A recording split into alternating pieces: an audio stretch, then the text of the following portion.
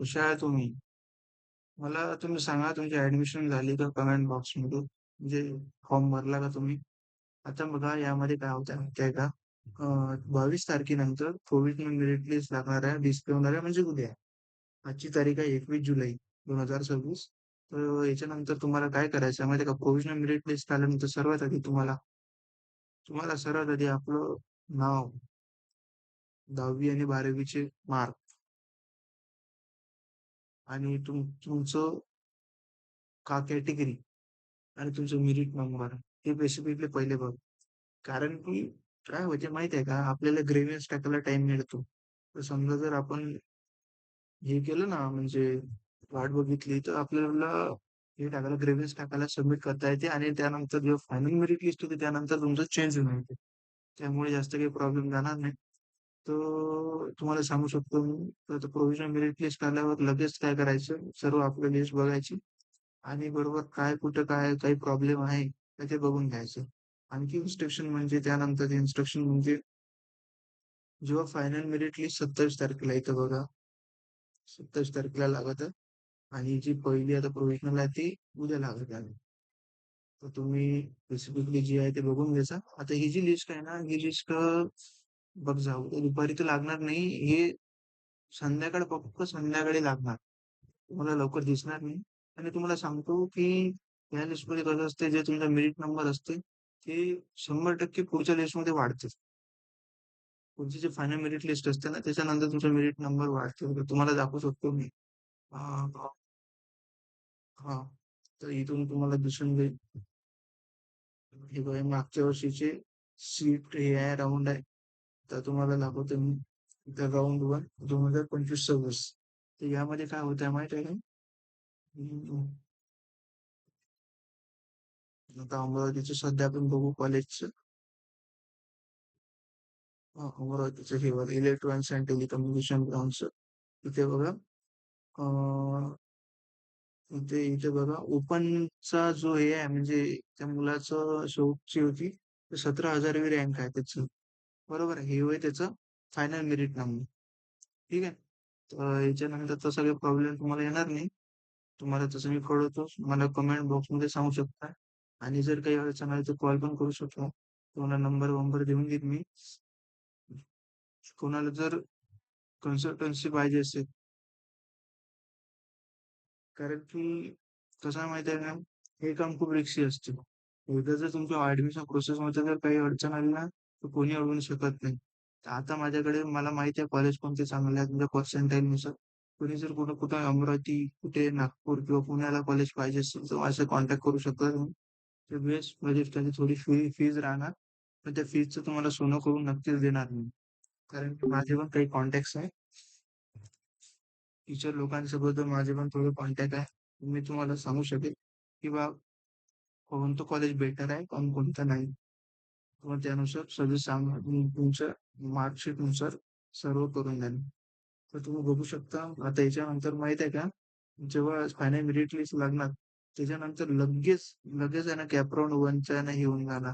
Provisional announcement of कॅपराऊंड हे करून इथे काय होणार, display of provisional seat wise for कॅपराऊंड one याच तारखेला सेम त्याच तारखेला फायनल मेरिट लिस्टच्या वेळेस चालू होणार. मग तुम्हाला कॅपराऊंडचा फॉर्म साठी 3 दिवस मिळणार. 28, 29, 30 या 3 दिवसामध्ये तुम्हाला तुमचं डिसिजन घ्यायला हवी कोणतं कॉलेज लागणार. आणि तुम्हाला सांगतो मी, जे पहिल्या राऊंडला कॉलेज लागलं तेच कॉलेज शेवटच्या राऊंड पर्यंत चालते.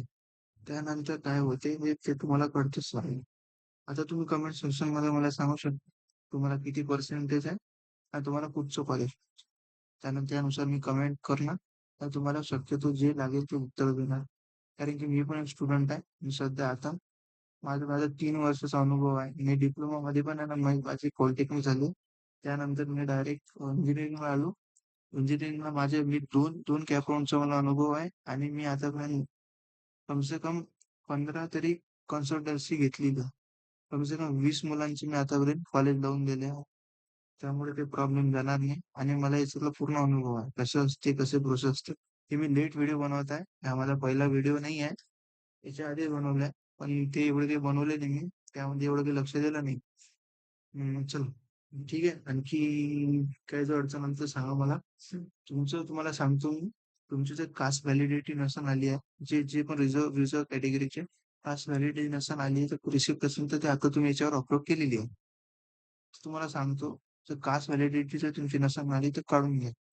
जिथपर्यंत ऍडमिशन पूर्ण होते, त्याच्यानंतर जेव्हा तिकडे डॉक्युमेंट व्हेरिफिकेशन जर काम येते, त्यानंतर एवढा प्रॉब्लेम जाते, तुमचं ऍडमिशन कॅन्सल होऊ शकतं. तर काही अडचण असल्या तर कॉन्टॅक्ट करा. ऍडमिशन प्रोसेस ही लवकर फास्ट जाणार आहे. मुलांना कळणार नाही काय होणार आहे माझ्यासोबत काय नाही आहे. तर तुम्ही माझ्या संपर्कात राहू शकता आणि मी तसं सजेस्ट पण करणार तुम्हाला कोणतं कॉलेज लागणार कोणतं नाही. कारण की कॉलेजची चुकी ही 4 वर्ष त्रास देत असतो. म्हणून माझं म्हणणं आहे, तुम्हाला जर लागत असेल तर मी सपोर्ट करतो. माझी काही फी आहे. तुम्हाला प्रत्येक गोष्टी मी सांगणार.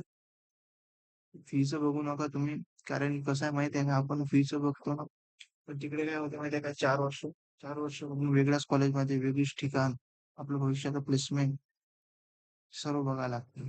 इंजिनिअरिंग मध्ये आले तुम्ही, हे विचार करा आणि मला सांगा. तुम्हाला वाटत असेल की घेत आहे दादा काही बोलत आहे, फीजचं काही टेन्शन वगैरे बघून तू काय काय काय करायचं काय नाही. ठीक आहे. तुमच्या कॅटेगरीनुसार तुमच्या आम्हाला पूर्ण मेरिट लिस्टचं पूर्ण नॉलेज आहे. कशी मेरिट लिस्ट लागते आणि तुम्हाला कोणतं कॉलेज लागू शकते त्यानुसार कॉलेज टाकायचं आपण. कारण की कोणतं कॉलेज कधी असते, कारण की पहिली कॅपराऊंडची जर लिस्ट हुकली, म्हणजे पहिल्या राऊंड मध्ये जर तुम्हाला कॉलेज म्हणजे जर शक्यतो नाही लागलं तर पुढच्या राऊंडला लागायची गॅरंटी चान्सेस कमी असते. आणि ते तुम्हाला ते कळणार नाही की पहिल्या दोन दोन तीन कॉलेज असं फ्रीज होऊन जातात. म्हणजे जर तुमचं सक्सेस लागलं तुम्हाला तिथं जाऊन 2 दिवसात जाऊन ऍडमिशन बघू शकतो तुम्ही.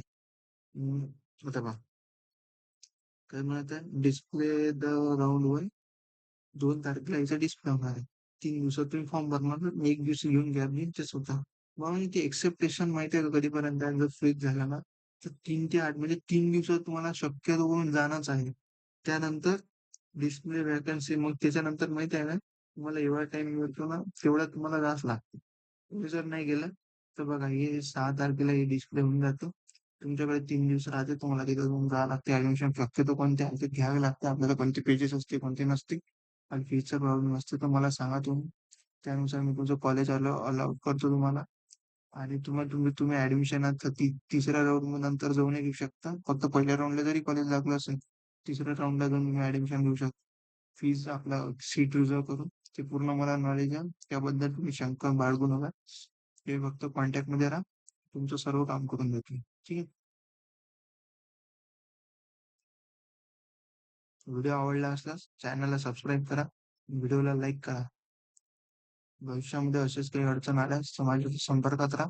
जय हिंद, जय महाराष्ट्र.